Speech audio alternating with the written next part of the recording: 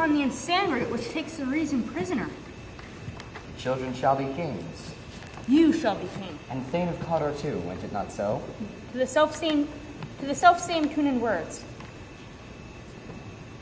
Who's here?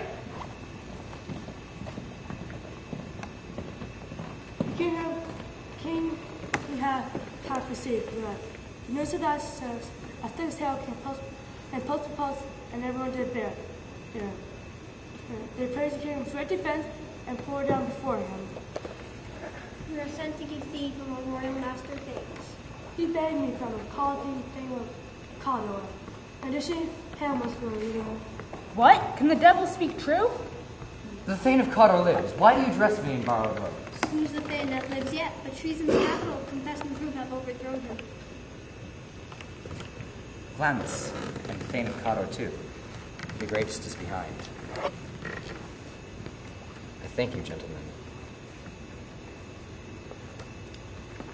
Do you not hope that your children shall be kings when those that gave Cawdor to me promise no less to them? That trusted home might yet enkindle you into the crown besides the Thane of Cawdor. But 'tis strange, and oftentimes, to win us to our harm, the instruments of darkness tell us truths, win us with honest trifles, to betrays in deepest consequence. Cousins, a word I pray you. Two truths are told as happy prologues to the swelling act of imperial theme. Look how our partners raft.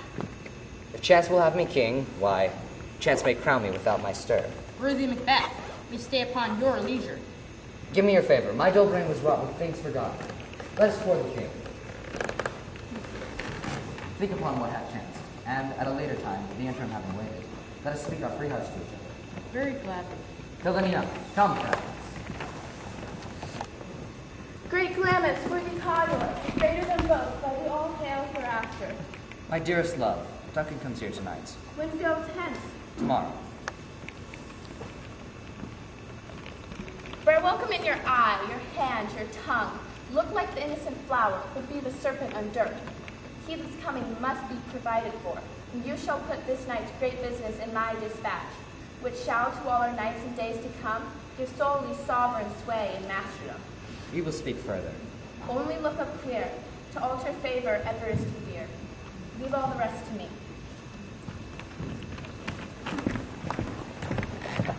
Fear to be the same in thine own act, in valor, as thou art in desire. Live thou a coward in thine own esteem, letting I dare not wait upon I would, like the poor cat I, the adage. Prithee, peace, I dare do all that may become a man. But dares do more is none. What beast was then that made you break this enterprise to me? When you durst do it, then you were a man. And to be more than what you were, you would be so much more than man. If we should fail? We fail, but screw your courage to this sticking place, and we will not fail. When Duncan is asleep, will I choose 2 chamberlains with wine? What can you and I not perform upon the unguarded Duncan? What not put upon his spongy officers who shall bear the guilt of our great quell? Will it not be received? We have painted when we have painted with blood those sleepy 2 of his own chamber, and used their very daggers that they have done it? Who dares receive it other, as we shall make our griefs and clamor roar upon his death? Away, and mock time with the fairest show. False face must hide what false heart doth know.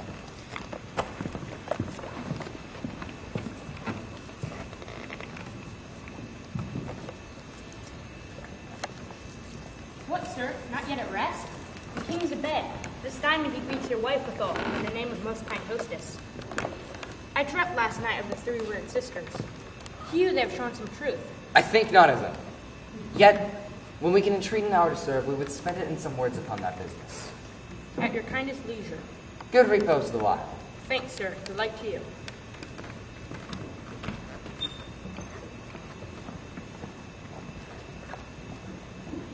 Our fears and banquos stick deep. There's none but him whose being I do fear.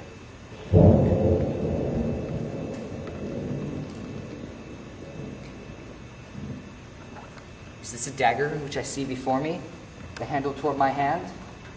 Come, let me clutch thee.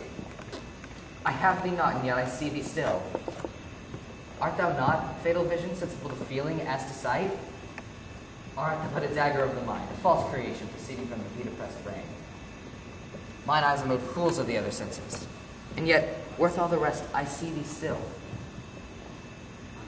There's no such thing.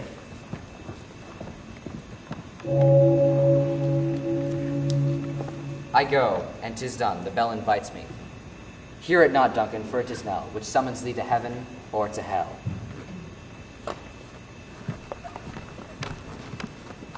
Here's our chief guest. Tonight we hold a solemn supper, sir, and I'll request your presence. Ride you this afternoon. Aye, my good lord. Is it far you ride? As far, my lord, as will fill the time twixt this and supper. Fail not our feast. My lord, I will not. Hie you to horse. Adieu till you return at night. Goes Fleance with you? Aye, my good lord. I wish your horses swift and sure of foot, and I do so commend you to their backs. Farewell.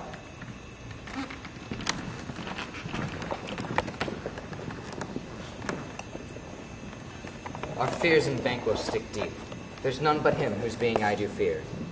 He chid the sisters when they put the name of king upon me, and then, prophet-like, they bade him father to a line of kings.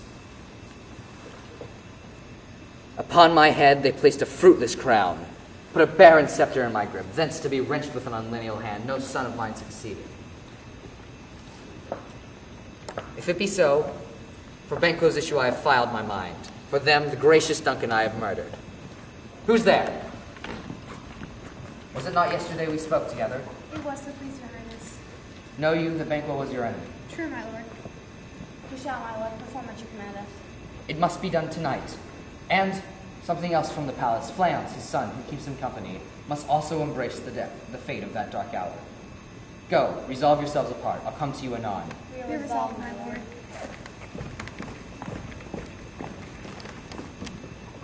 Banquo, thy soul's flight, if it find heaven, must find out tonight.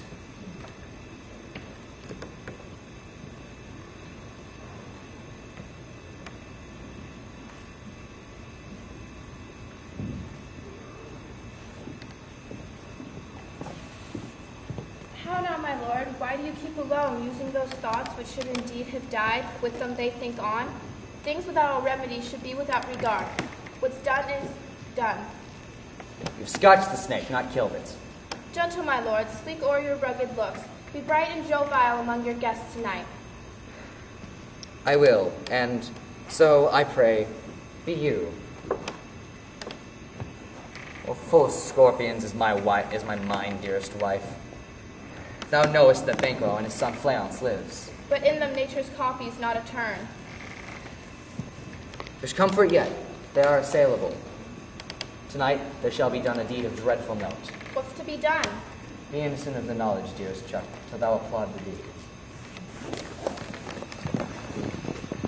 Much for unkindness, than pity for mischance.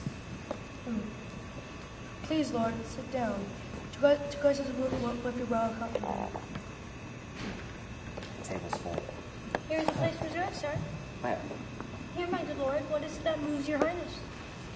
Which of you have done this? Done what, my lord? Thou canst not say I did it. Never shake thy gory locks at me. Gentlemen, rise, his highness is not well. Sit, worthy friends. My lord is often thus, and hath been from his youth. Pray you, keep seat. His fit is momentary. Upon a thought, he will again be well.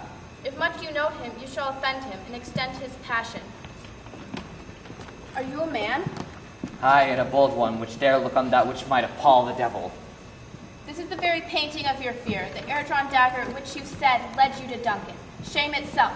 Why do you make such faces? When all's done, you look put on a stool. Prithee, see their look. How say you, if thou canst not speak too? Quite a man in folly? If I did stand here, I saw him. Fie, for shame. The times have been that, when the brains were out, the men would die, and there it end. But now he rises again with 20 mortal murders on his crown, and pushes us from our stools. Pray you, speak not. He grows worse and worse. Question enrages him. At once, good night. Stay not upon the order of your going, but go at once. Good night. How sayest thou that Macbeth denies his person at our great bidding?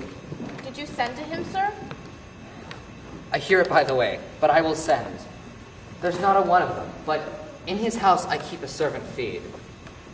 I will tomorrow, and betimes I will to the weird sisters. More shall they speak. I am in blood stepped so far that, should I wait no more, returning would be as tedious as to go over. You lack the seasons of all nature's sleep. Come, go to sleep. We are but young indeed.